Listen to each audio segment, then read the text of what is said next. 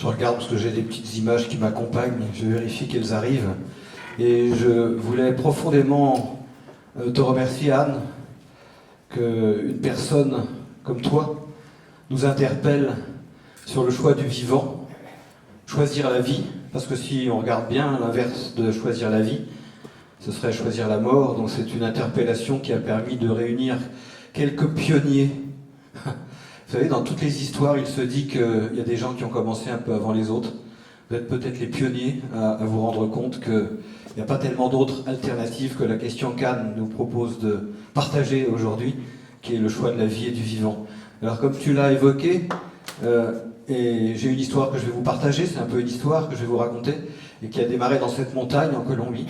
Mais avant de vous parler précisément de l'histoire, juste vous partager, si ça fonctionne. Pour l'instant, j'ai eu une image, mais l'autre a disparu. Je recommence, on m'a dit le petit bouton vert.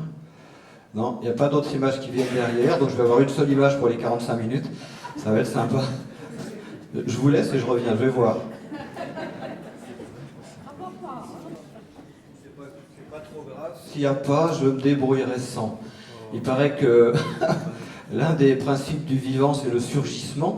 C'est ce qui arrive sans qu'on l'ait forcément prévu. Et on ne peut pas tout contrôler dans la vie, mais on peut essayer de garder un cap. Donc c'est ce que je vais essayer de faire. J'espère que vous allez aimer cette image. Parce que vous allez la voir longtemps, sauf si vous me faites un signe si vous trouvez une réponse. On verra bien. Ce que je voulais vous partager, c'est qu'il y a une évidence que l'on commence à connaître, qui n'est pas encore tout à fait partagée, mais qui est un peu le point de départ de ce que je voulais vous partager cet après-midi. C'est que nous sommes aujourd'hui 80-85% des gens à vivre en ville. Nous sommes essentiellement des urbains et nous avons coupé une grande partie de nos relations avec ce qu'on appelle la nature et le vivant versus avec le vivant en nous. Donc nous avons créé par cette évolution, et peu importe à quel moment on le date, il y a des théories différentes sur à partir de quand nous avons coupé cette relation avec le vivant, mais nous l'avons coupé. C'est un peu comme si nous étions comme ça, sur un pied, en regardant le monde et la nature comme étant un paysage, comme étant une matière première, comme étant, je vais refaire un essai en même temps, comme étant une dimension esthétique, mais on n'a plus du tout de relation. Ah là voilà, merci, c'est gentil. Touc. Oui, il y avait l'image qui allait bien avec. Donc en fait, il y a une petite lettre qui est tombée, le S.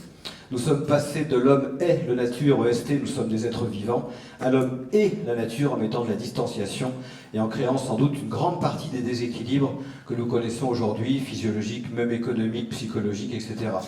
Et donc, j'avais bien aimé cette photo, elle était à côté de chez moi avec ce panneau interdiction d'entrée avec la nature derrière et qui reprend aussi le titre d'un livre qui disait finalement, à partir de ce moment, de cette rupture, la nature s'est tue. C'est-à-dire que nous ne savons plus lire, écouter, comprendre ce que la nature a à nous dire de multiples façons, y compris la nature en nous. Donc nous sommes peut-être devenus sourds et aveugles.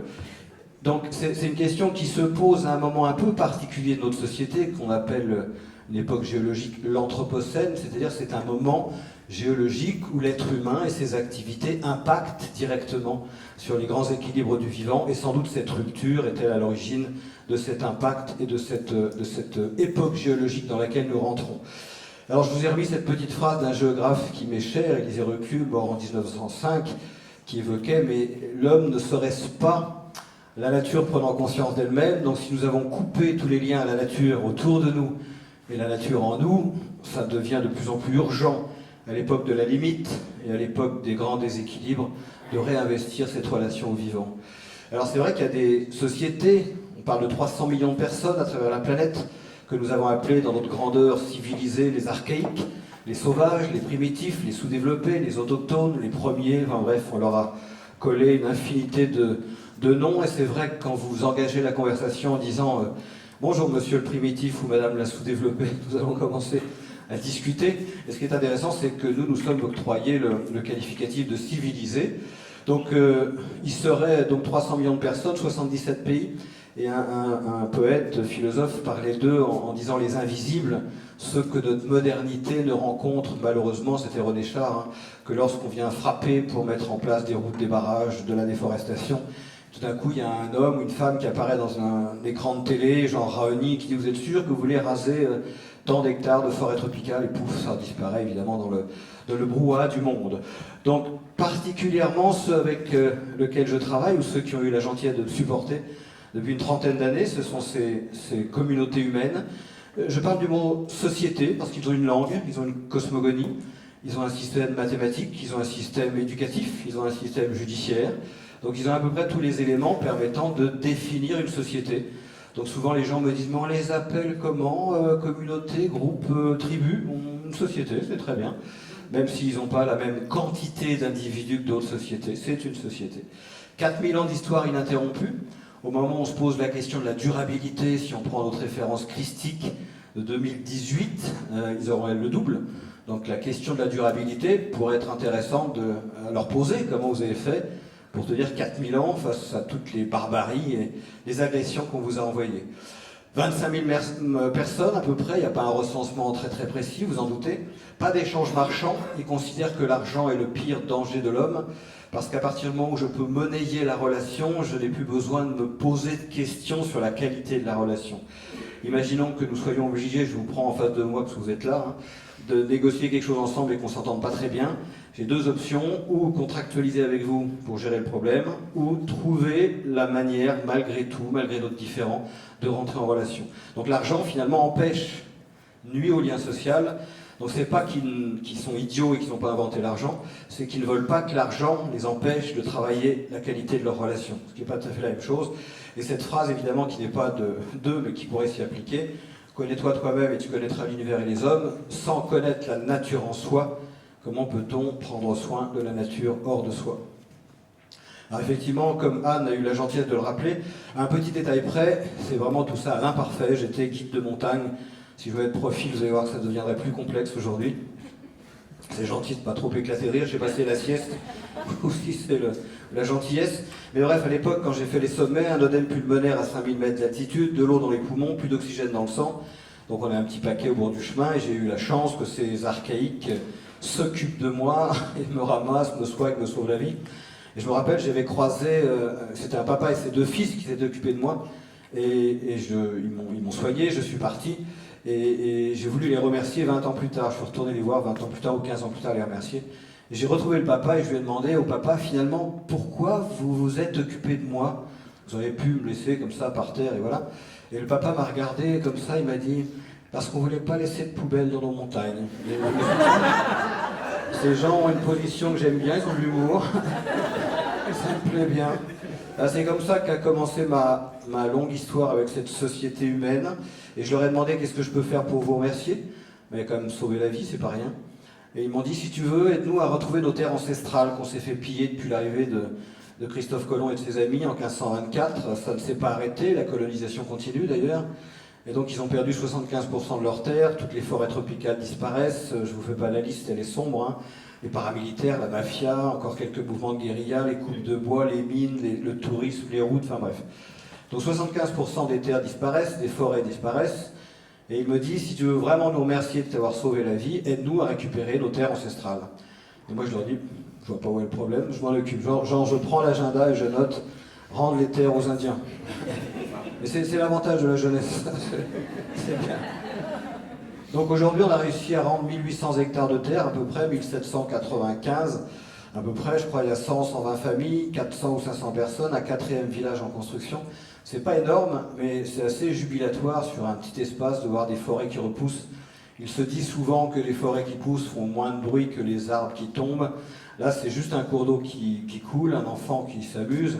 Et au-delà de cette réalité, c'est la chance incroyable, pour peu que nous en ayons l'humilité, qui est une valeur qui n'est pas facile à porter et à incarner aujourd'hui, de se dire l'autre peut m'apprendre des choses que je ne connais pas de moi, voire l'autre peut m'apprendre des choses que je ne connais pas du monde. Donc le vrai dialogue, et c'est pour ça qu'il est sacralisé dans nombre de sociétés, le vrai dialogue d'humain à humain, voire j'ai envie de dire d'altérité à altérité, celui qui est transformateur et sacralisé dans toutes les traditions, parce qu'il permet de grandir. Donc finalement, leur permettre de continuer leur histoire, c'est peut-être très égoïstement nous permettre de dialoguer avec eux.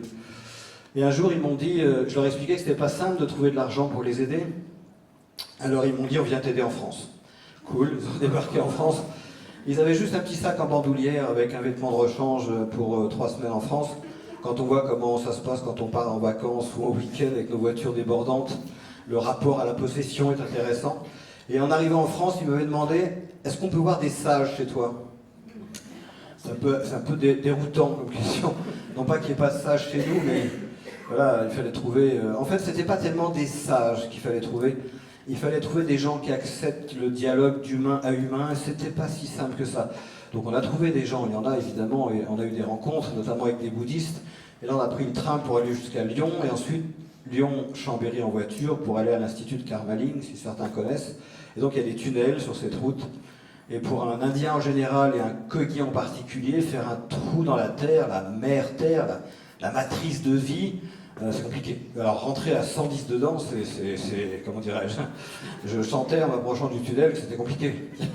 Et donc on rentre dans le trou, et puis à la sortie du tunnel, l'un d'eux me dit pourquoi vous faites des trous comme ça dans la terre?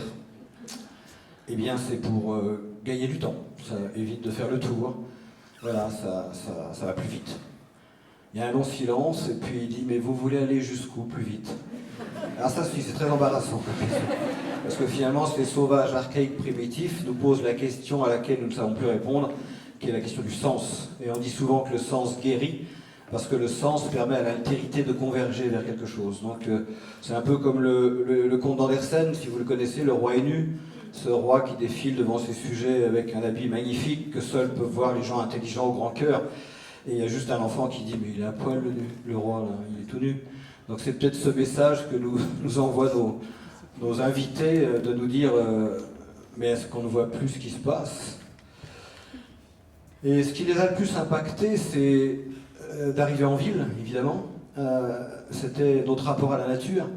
Et quand ils posent la question, comment faites-vous pour vivre sans nature, c'est pas une question morale. Il n'y a pas de c'est bien ou c'est mal, il y a juste... ça va ça se passe bien pour vous. Il y a presque plus une espèce d'inquiétude de se dire si ça va dans nos mégalopoles et dans nos rythmes et dans nos modes de fonctionnement coupés de cette nature qui nous traverse et qui normalement nous fait vivre. Et c'était intéressant parce qu'à plusieurs conférences où les gens leur avaient demandé à ces Kogi comment vous voyez notre monde, il y avait une réponse qui revenait souvent qui était vous êtes très fort et vous faites de très belles choses matérielles, mais sur un plan spirituel, on dirait que vous ne pensez plus le monde. Donc ils étaient très reconnaissants de nos avions, de nos drones, nos petits téléphones, de toutes ces machines incroyables. Et c'est vrai, et je dis même pas ça en me moquant, c'est vrai que c'est extraordinaire ce qu'on a inventé. Donc ils reconnaissent ces capacités que nous avons eues d'inventer des machines extraordinaires. Ils se demandent juste si sur le plan de la pensée, de la qualité spirituelle, il ne nous manquerait pas une jambe. On dirait que vous ne pensez plus le monde, vous ne pensez plus la vie, vous ne pensez plus la nature. Et c'est intéressant parce que ça reboucle avec un Kogi de chez nous, un chaman de chez nous, qui n'est pas du tout technophobe, hein, Michel Serres, qui, dans un de ses livres, disait « Nous sommes le monde, le vivant en nous, c'est le même vivant que celui autour de nous. Nous fonctionnons comme le monde, mais nous ne le savons plus. Il faudrait ramener le monde et la vie dans la pensée.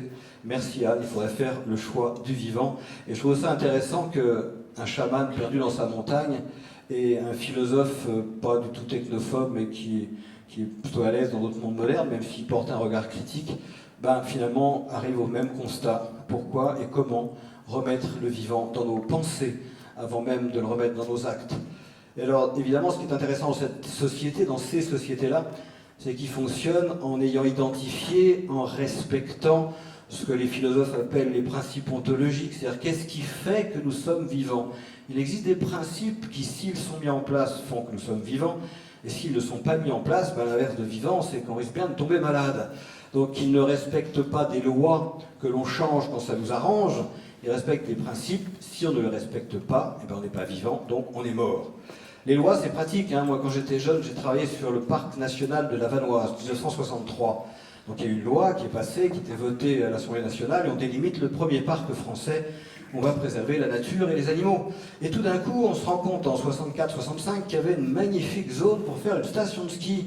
C'est ballot, alors on va changer les limites du parc, on va changer les lois, et on refait d'autres limites du parc. Et ça interpelle beaucoup les Kogi, pourquoi respectez-vous des lois qui vous arrangent et que vous changez quand ça vous arrange, avec des avocats, la police, etc. Et pourquoi les lois, finalement, qui permettent la vie, celles qui font que vous êtes là et qu'on est ensemble cet après-midi, celles-là, vous n'avez même pas l'air de vous en rendre compte et vous ne les respectez pas. Pourquoi je vous dis ça, c'est parce que pour eux, du coup, ce qui se joue, et l'essentiel de ce qui se joue pour les êtres vivants et les humains vivants que nous sommes, se joue là. C'est-à-dire que dans cette période que nous avons tous traversée dans le ventre de notre maman, pour eux, c'est là que se joue 60, alors c'est bizarre de mettre un pourcentage, 60-70% de ce que sera le petit garçon, la petite fille plus tard, par les émotions, par le cordon ombilical, par l'environnement de la maman, par un ensemble de paramètres où vont se jouer 60 à 70% de ce que sera le petit garçon et la petite fille derrière. Et donc, dans ce moment-là, il y a un couple que l'enfant ne conscientise pas forcément, mais en tout cas intègre, qui est que de la relation naît la croissance. C'est l'association, relation, lien, cordon ombilical, croissance. Donc il va arriver au monde avec la conscience, pas forcément au sens où nous l'avons quand nous sommes adultes, mais en tout cas intégré en lui, que de la relation est associée la croissance. Donc comment ils forment leur politique, on va dire ça comme ça, leurs hommes et leurs femmes politiques, eh bien ils poursuivent, leurs chamans, ils poursuivent cet exercice de créer de créer des espèces de, on va dire des utérus artificiels qui reproduisent le ventre de la maman. Et ils vont, mais évidemment dans une hutte, ils vont continuer à produire une éducation spécifique dans le prolongement des 9 mois utérins dans la hutte pendant 2 fois 9 ans. Donc les chamans sont formés 18 ans dans le noir, hommes et femmes, dans une reproduction utérine pour recevoir le même type d'informations que ce qu'ils ont reçu quand ils étaient dans le ventre de la maman. Et ce n'est qu'au bout de 18 ans qu'ils ont une phrase libératrice qui dit « Tu as appris à voir à travers le cœur des hommes et à travers les montagnes, au-delà des apparences visibles, des choses et des phénomènes, maintenant tu vas pouvoir commencer ton job de chaman. » Donc finalement, cette conscience que nous sommes le fruit de nos relations humaines, mais pas que humaines, vivantes, ils en ont une telle conscience qu'ils le poursuivent jusqu'au bout dans l'éducation de leur chaman pendant 18 ans, sachant que l'une des symboliques du chaman, c'est la toile d'araignée, c'est-à-dire la conscience qu'il a des multiples liens qui relient les choses et les phénomènes. Voilà un mamou, un chaman, avec lequel j'ai plus travaillé qu'avec d'autres. C'est essentiellement des êtres humains. En fait, la nature se vit à travers leur posture. Le choix du vivant, c'est pour eux une sacrée posture, et ce sont quelques valeurs, c'est la justesse. Quand vous avez conscience des relations, quand vous avez confiance que vous dépendez de ces relations, que ces relations vous ont construites, vous apprenez non pas à être bon ou mauvais, ou faire du bien ou faire du mal, vous apprenez à être juste. Et ce qui peut être juste dans un système va être non juste dans l'autre système. Donc c'est l'apprentissage du regard qui vous permet d'avoir l'action guérissante. Et ça n'a pas du tout la même manière de faire et d'agir, où nous on va avoir des notions positives ou négatives. Vous apprenez l'humilité, oui, il n'a pas marqué chaman 4e dan. Je lui ai demandé s'il avait fait 18 ans dans le Loir, il m'a dit j'ai fait 19, parce que j'ai un peu merdé la dernière année. Ils m'ont fait redoubler, il m'a dit ça en rigolant. La cohérence, c'est-à-dire d'apprendre à marcher ses mots, vaut mieux peut-être pas trop parler, mais le minimum qu'on dit, essayer de le faire, et c'est pas des gens très bavards, c'est des gens plutôt dans le couple agir, penser, agir, d'abord penser et ensuite agir. Donc je vois pas mal de personnes aux cheveux un peu blanchissants, blanchiments comme les miens. Peut-être que Plic et Ploc, qui était une des premières bandes dessinées avec Bécassine, il disait déjà il faut réfléchir avant d'agir, parce que Plic et Ploc étaient 2 petits nains qui faisaient plein de bêtises dans la cuisine. C'est peut-être nos petits nains qui nous disent si vous commenciez à réfléchir un peu, à vous servir de votre esprit et de votre dimension spirituelle avant d'agir. J'ai gardé l'humour pour la dernière valeur, pour la fin, et certains qui me connaissent l'histoire que je vais raconter. Ils étaient invités au Quai d'Orsay. Donc le Quai d'Orsay, c'est la dimension politique de la France, c'est là où la France reçoit ces délégations. Donc 3 Kogi arrivent, il y avait quelques gardes républicains pour nous rendre les honneurs dans le hall d'honneur. Nous rentrons dans la salle d'accueil des délégations, et là c'est une non-rencontre. En quelques mots, les gens nous disent messieurs, c'était 3 Kogi, vous vivez un génocide, on ne peut rien pour vous, au revoir. Bon, c'est un peu court. Nous ressortons de la salle de réception, et puis là les Kogi avec qui on n'avait rien traduit me dit c'était comment ? Juste, c'était moyen, c'était très moyen. Et là, essayez d'imaginer la scène. Nous sommes donc dans les halls d'honneur comme la République française sait en concevoir, avec des lustres et des canapés et des polochons dorés.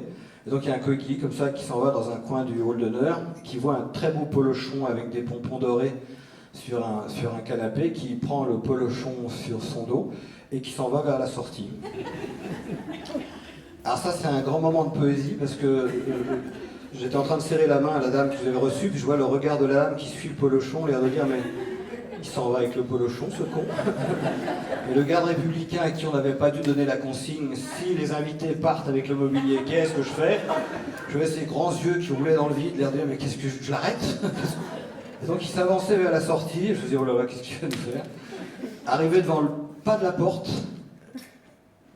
évidemment il est rentré, il a posé le polochon, et finalement à quelqu'un à qui on dit vous vivez un génocide, il répond par une réponse que moi je trouve magnifiquement poétique, une pirouette, et je pense que pour les précurseurs du vivant que vous êtes, que nous sommes, de nous poser cette question aujourd'hui, avoir l'humour poétique est sans doute l'un des atouts majeurs que nous pourrons avoir pour faire face aux grands enjeux qui se présentent à nous.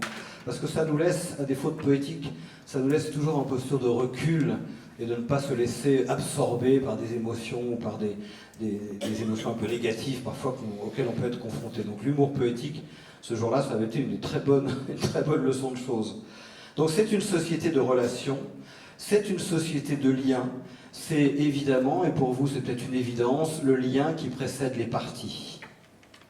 C'est dans la qualité de la relation, et ça vient pas, c'est pas juste une philosophie, même si des philosophies le disent, la vie passe par la relation.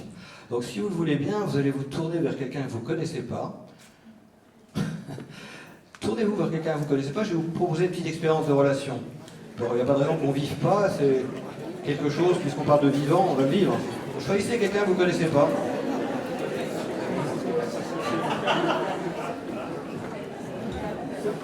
Donc vous mettez 2 à 2, vous pouvez vous lever, chercher, pour ne pas rester tout seul.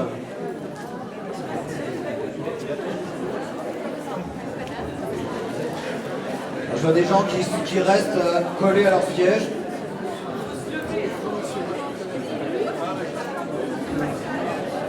Quand vous avez trouvé quelqu'un, il y en a des qui sont tout seuls là-bas. Vous pouvez même vous mettre debout et chercher. Ça va durer 1 minute, hein, rassurez-vous, c'est pas très long. Est-ce que vous avez tous à peu près un vis-à-vis pour ceux qui ont envie de s'amuser à explorer le lien? Donc je vais vous donner la consigne. J'ai pas dit que c'était une discussion de salon, j'ai dit que c'est une consigne que j'allais vous donner. Vous allez vous regarder dans les yeux pendant 1 minute en silence, 1 minute en silence et en bienveillance. Vous allez nourrir pendant 1 minute une relation vivante, en silence et en bienveillance. Je vous en prie.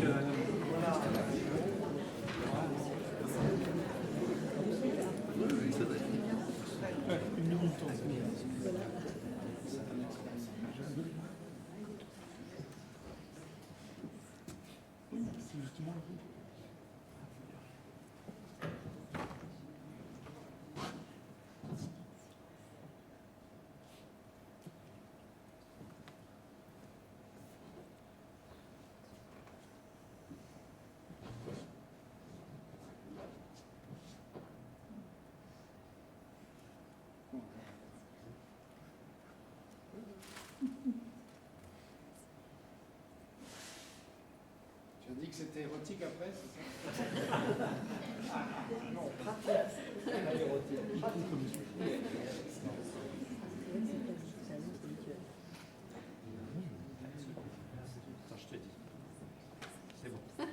Vous pouvez revenir tout doucement. Libérez votre partenaire et vous réinstallez tranquillement. Bravo.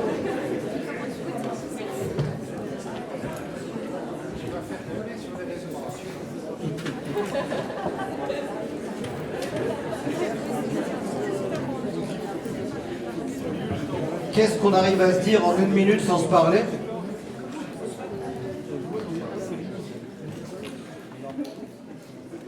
Donc c'est intéressant parce que dans ces sociétés de relations telles que vous avez pu un peu le tester, de prendre le temps de nourrir le lien avec cet autre qui n'est pas moi pendant, en l'occurrence, 1 minute, dans ces sociétés s'affondent leur fonctionnement, et c'est donc des sociétés où le mot ennemi n'existe pas.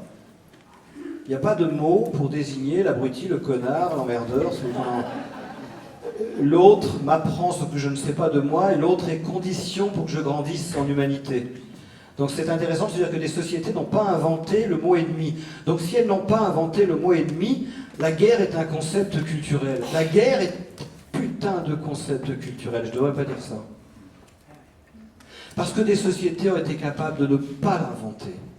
Donc quand on nous dit la guerre est le dernier aléa politique, quand toutes les autres modalités n'ont pas réussi à résoudre le conflit, c'est faux. Et vous trouvez ça chez les Kogi, vous trouvez ça dans d'autres communautés en Amérique centrale, vous trouvez ça en Afrique, où à travers la linguistique, nous n'avons pas trouvé de mots pour désigner l'autre sous un angle négatif. Ça ne veut pas dire que c'est des saints, ça ne veut pas dire qu'ils sont parfaits, ça ne veut pas dire qu'ils ne se disputent pas. C'est-à-dire que l'autre n'est pas considéré comme un emmerdeur, l'autre est considéré comme une dimension avec laquelle, comme le Tao, comme plein d'autres traditions, la mise en lien va permettre de générer de l'énergie. Qui plus est, cette mise en lien peut peut-être me faire grandir. Et c'est nous qui appelons ces gens-là des sauvages et des archaïques, qui investissons des millions et des millions d'euros dans la guerre. Alors, si on regarde, j'ai pas pris beaucoup d'exemples, mais j'en ai pris quelques-uns, et je parle sous l'œil bienveillant, s'il le veut bien, de Gilles-Éric Serralini, qui prendra la parole après moi, qui a eu l'infinie gentillesse et le temps, et je le remercie, de relire un livre qu'on a écrit sur ce sujet, qui est à un moment, on est à un moment de l'histoire où on peut croiser ce que nous pouvons tenter d'interpréter, ça reste de l'interprétation, du fonctionnement de ces sociétés dites premières, ou racines, et ce que la science semble nous dire dans certains domaines. Donc je parle vraiment sous sa bienveillance, et si j'entends des borborismes qui surgissent devant, je sais que je me suis égaré dans des endroits où je ne devrais pas. Et donc j'ai pris juste une dimension qui est la dimension système. Et je vais prendre un exemple. Dans une société comme la nôtre, si quelqu'un commet un acte délictueux, on va prendre un meurtre ou un crime, parce qu'il n'y a pas de société, il n'y a pas beaucoup de sociétés, à part quelques cas rituels, et encore, et c'est pas forcément acceptable, pour qui le meurtre est acceptable.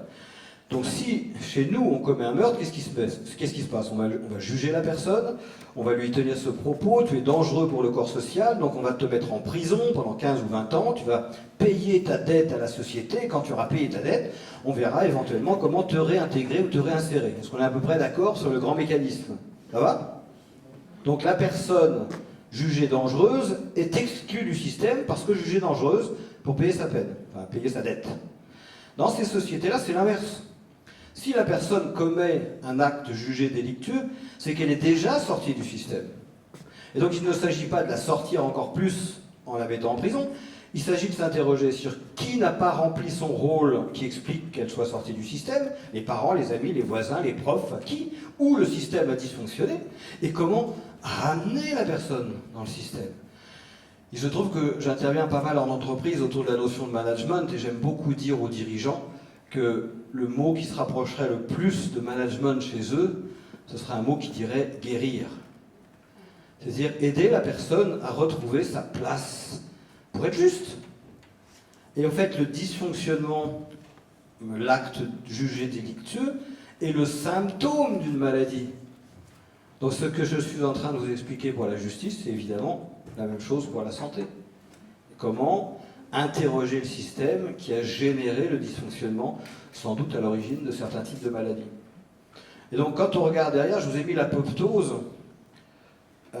Ce serait donc une découverte faite en 1972.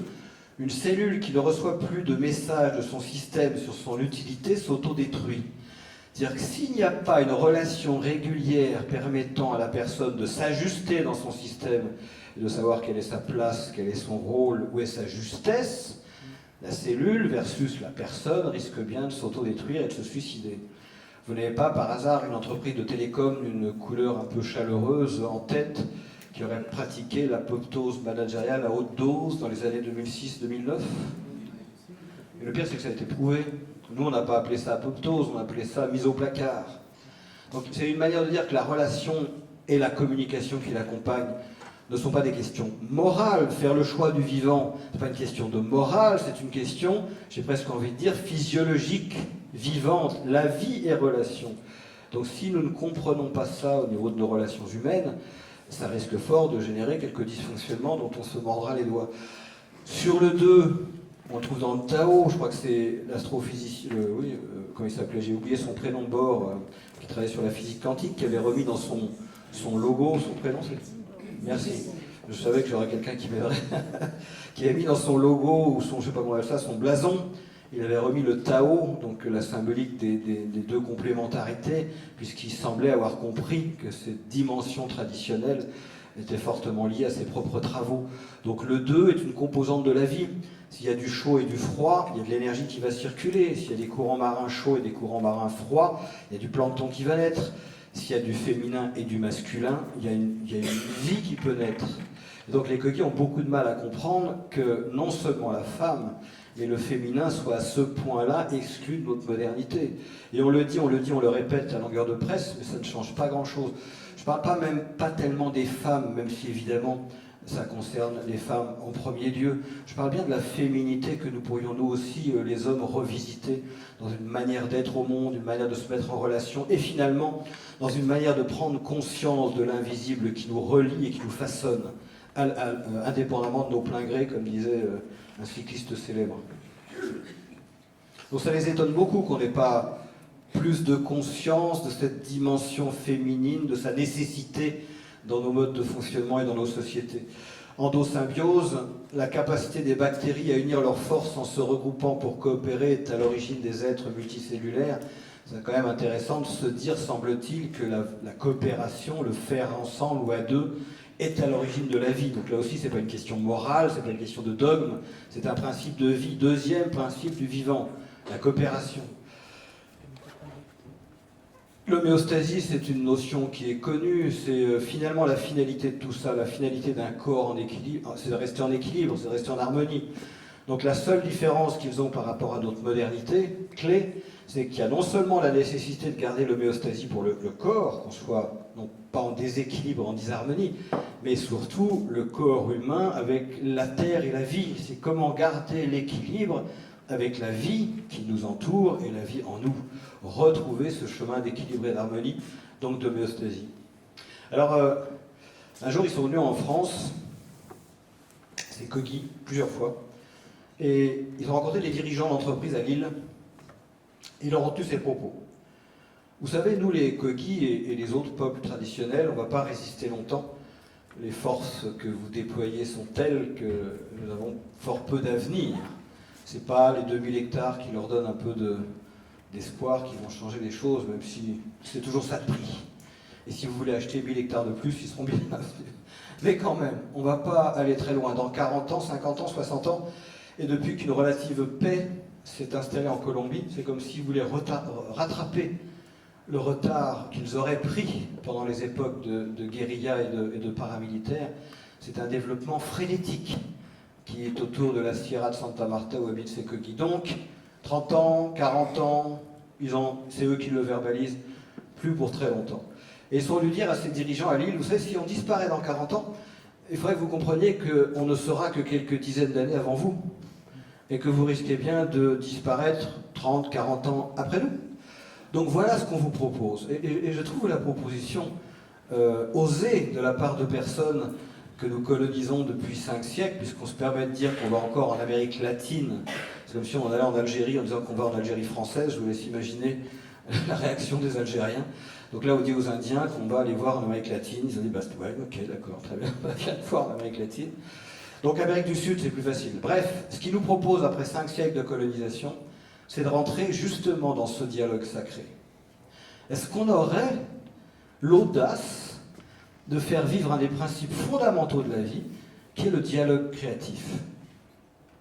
Et ils nous ont dit, écoutez, si on prenait le meilleur de votre monde, il y a des choses remarquables. Et si on prenait le meilleur d'une autre, et si on acceptait d'en parler? Ah, vous imaginez bien qu'en parlant de primitif, c'est compliqué, on part de loin. Mais ils ont quand même proposé ça. Alors là, 2 petites choses qu'on peut vous partager. Alors, j'ai mis cette image parce que je ne résistais pas à la tentation de vous la partager. En fait, ça résume pour moi toute la question qui nous pose de ce dialogue sacré et créatif. Vous avez là 2 êtres humains. Ils respirent, ils sont arrêtés dans une station-service de l'autoroute A7. au mois d'août 2017, pour faire sans doute la même chose, pipi et prendre un verre d'eau, un truc comme ça. Donc, même besoin, même moment, même lieu, ils sont tous les deux rayés d'ailleurs, ils ont la même rayure, noir d'un côté et bleu de l'autre, rouge et blanche et noir de l'autre côté. Regardez le visage du monsieur plutôt touriste, de la stupéfaction, de qu'est-ce que c'est que ça? Eh bien, qu'est-ce que c'est que ça? C'est notre survie. C'est notre survie parce que si on est capable de s'étonner, je préfère un qu'est-ce que c'est que ça qui voit l'autre, donc qui est curieux de l'autre, que les 99 personnes qui sont passées sans même rien voir de l'autre. Celui-là dans cette photo et l'autre en général dans la rue. C'est ce genre de stupéfaction qui met nos petites machines mentales en pause.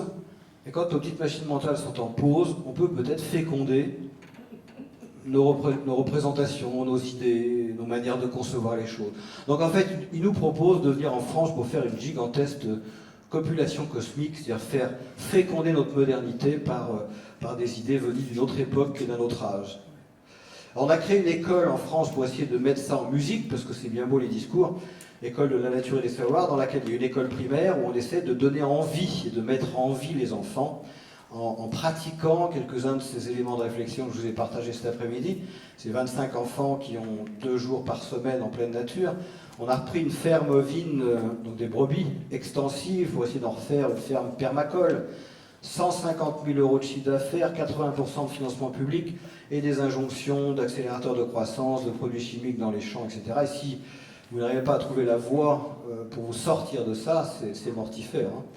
Voilà, et puis plein d'autres choses, un centre d'immersion nature, voilà. C'est un espèce de laboratoire pour se dire, et si on passait du choix du vivant là, au choix du vivant dans la pratique éducative, agricole, gouvernance, expérimentons. Alors c'est modeste, hein, c'est un peu une maracanard, on s'éclabousse pas mal quand même dans cette histoire. Et puis la deuxième chose qu'on a essayé de faire aussi, c'est on a remis un petit bateau qui s'appelle Zigoneshi, le dialogue en Kogi, qu'on a renvoyé vers les côtes Kogi, de la Bretagne vers la Colombie, en leur disant, le premier bateau qui est arrivé en 1524, ça n'a vraiment pas été très, très agréable pour vous, c'était la colonisation espagnole. Donc on vous renvoie un bateau pour dire, on a compris, on a merdé total, et si on se parlait? C'est un skipper qui s'appelait Olivier Gel, qui a skippé ce bateau, qui a traversé l'Atlantique en solitaire, je le dis parce que solitaire, 6,50 m Atlantique, il faut déjà avoir quelques bretelles et quelques savoir-faire, on va dire. Et quand on a armé ce bateau, il y a une baronne belge, la baronne Dora Janssen, qui m'a appelé au téléphone, qui m'a dit, j'ai plein de baronnes comme ça qui m'appellent au téléphone, qui m'a dit, venez me voir à Bruxelles, j'ai quelque chose à vous dire. Je vais voir la baronne à Bruxelles, qui m'installe dans son salon et qui me met 2 cartons devant moi, des cartons confortables. Elle me dit, ouvrez-les. J'ouvre les cartons. Et dans les cartons, il y a 18 objets en or massif, valeur monétaire 650 000 €. Et elle me dit, ces objets, je les ai achetés il y a 35 ans à des pilleurs de tombes colombiens qui ont pillé les tombes Tairona, les ancêtres des Kogi en Colombie, qui sont venus les revendre en Belgique. Cette baronne étant collectionneuse d'objets précolombiens, elle les a achetés, puis elle les a mis dans les cartons, dans un grenier, puis elle les a laissés là. Et quand elle a appris l'histoire de ce bateau qui retournait en Colombie pour se parler, elle a dit, il faut les mettre dans ce bateau. Oh, mais alors je fais quoi? Je repars... Je me renvoie à la gare de Bruxelles-Midi avec ma petite valise à roulettes en disant il y a un ambassadeur de Syrie qui s'est fait arrêter à la gare du Nord avec les poches pleines de dollars. Je vais me faire arrêter avec ma valise pleine d'or. Il n'empêche, l'or est reparti. J'avais prévenu les Kogi que peut-être, dans la crique où sont arrivés les conquistadors, il y a quelques siècles, un autre bateau reviendrait, donc il y a une dimension symbolique forte évidemment. Alors là on envoie une partie, mais au bout d'un certain temps il y avait bien 200 personnes sur cette crique qui sont descendues pour voir. Je peux vous dire que quand la voile a pointé son nez à l'horizon, c'était quand même pas banal. Et on a sorti, là il n'y a pas tout, mais on a sorti des objets en or sur la plage et on leur a rendu. C'est la première fois. Ça ne s'est jamais fait. Je peux vous dire que comment dirais-je, les mots poilus de la ministre de la Culture que j'ai eu au téléphone pour m'indiquer que c'était pas possible de donner ces objets à... Non. C'est dans un musée que ça devait aller. Ça a été compliqué. Et là, l'ambassadeur de France en Colombie nous a vraiment aidés. Et donc, comme il y avait l'ambassadeur, il y avait la police. Comme il y avait la police, il est venu voir, le capitaine est venu voir qu'est-ce qui mobilisait ces gens. Qu'est-ce qu'il y avait au milieu de cet attroupement de gens. Il a jeté un coup d'œil sur les objets en or. Il a dit, tiens, ils sont super bien imités, on dirait des vrais. Il n'était pas imaginable que ces objets puissent revenir d'une dimension matérielle qui est celle qu'on leur donne. L'or est une valeur économique et qu'on ait, je sais pas quoi, cette inconscience de lui redonner une nature spirituelle. Et évidemment, l'or fonctionne comme des éléments homéopathiques qu'ils vont utiliser pour réveiller la mémoire des sols et la mémoire de la Sierra et de leur terre.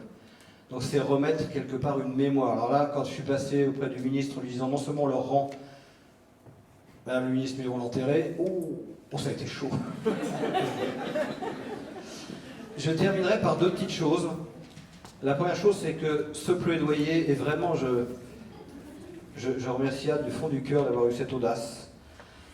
Pour une nouvelle alliance avec le vivant, pour ce choix du vivant, on n'a pas le choix. On n'a pas le choix. Et je vous ai mis cette petite fleur, elle a été prise, la photo a été prise de la Défense. Vous voyez la Défense, votre dessin. Et la Défense, c'est une expression de quelque chose, de notre modernité, je ne m'étendrai pas sur le quelque chose. Et un petit coquelicot dont on ne peut pas dire que ce soit une plante dont on imagine, eh bien si, elle pousse au pied de la grande arche et elle profite d'une petite fissure. Donc si on ne retrouve pas des voies d'alliance, c'est pas un retour en arrière, c'est pas juste trier nos déchets si c'est déjà un point de départ. C'est vraiment, comme disait l'homme à la Madeleine, le plus grand des voyages, c'est le changement de regard. C'est-à-dire si on pouvait changer notre regard sur la vie en nous, la vie qui nous traverse et la vie autour de nous. Et je pense que ces sociétés ne sont pas des modèles, elles ont aussi leurs difficultés, mais elles peuvent être de formidables sources d'inspiration. Et de ce plan-là, reprendre peut-être une juste place dans le voyage de l'humanité. Je vous ai gardé un petit cadeau pour la fin, si vous voulez bien. Oui. Heureusement, parce que je retenais la misère si vous avez dit non. Alors là, je présente un tout petit film que je voulais vous partager comme conclusion, et je ferai un petit signe à la gentille personne avec qui on s'est mis d'accord quand elle le lancera. Le petit film que je vais vous présenter, pour moi, il illustre presque ce que je vous ai partagé. Et il illustre sans parole. Donc vous auriez pu vous dire, j'aurais pu m'abstenir de parler et passer directement au film. Vous allez voir dans le film, ce sont des musiciens que vous allez rencontrer. Des musiciens qui viennent des bidonvilles du Venezuela. C'était une idée de Chavez. Je ne prendrai pas d'opinion sur ce qu'a été son gouvernement, mais il avait décidé qu'au Venezuela, tous les jeunes des bidonvilles devaient pouvoir avoir accès à la musique. Jouer dans un orchestre.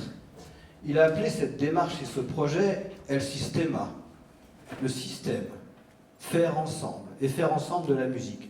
Donc les gens que vous allez voir là sont tous issus des bidonvilles. Et puis, évidemment, comme dans plein de systèmes ou de démarches de cette nature, ils ont pris les meilleurs, puis les meilleurs, puis les meilleurs, et puis l'orchestre national vénézuélien est composé de jeunes, tous sortis des bidonvilles. Et ils ont à leur tête le chef Dudamel, qui est lui aussi sorti d'un bidonville de Caracas, qui a été embauché il n'y a pas très longtemps à Los Angeles, donc c'est un orchestre renommé, et qui avait été choisi par l'orchestre de Vienne pour son concert de fin d'année, qui est un peu un concert mythique, où ce sont les musiciens qui choisissent leur chef d'orchestre. Donc c'est un sacré chef, s'il fallait avoir une compétence au niveau international. Et il y a un journaliste qui lui demandait quel est ton rôle, toi, de chef? Comment tu conçois ton rôle de chef d'orchestre? Et il a eu cette très belle réponse qui était pour moi, le rôle du chef d'orchestre, c'est d'ouvrir des espaces de liberté pour que chacun gagne son autonomie pour construire l'œuvre commune. Et ça, si vous voulez bien, vous allez regarder ce que ça donne en musique.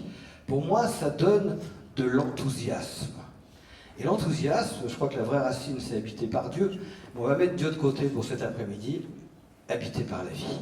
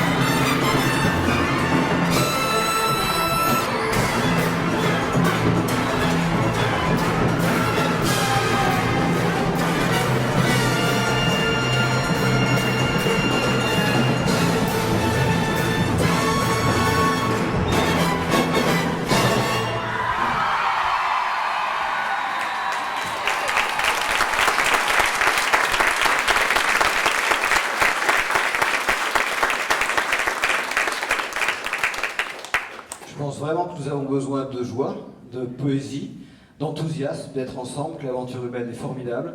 Peut-être que ces sociétés qui peuvent nous y aider. Et en tout cas, encore merci de nous avoir réunis pour en parler. Merci à vous.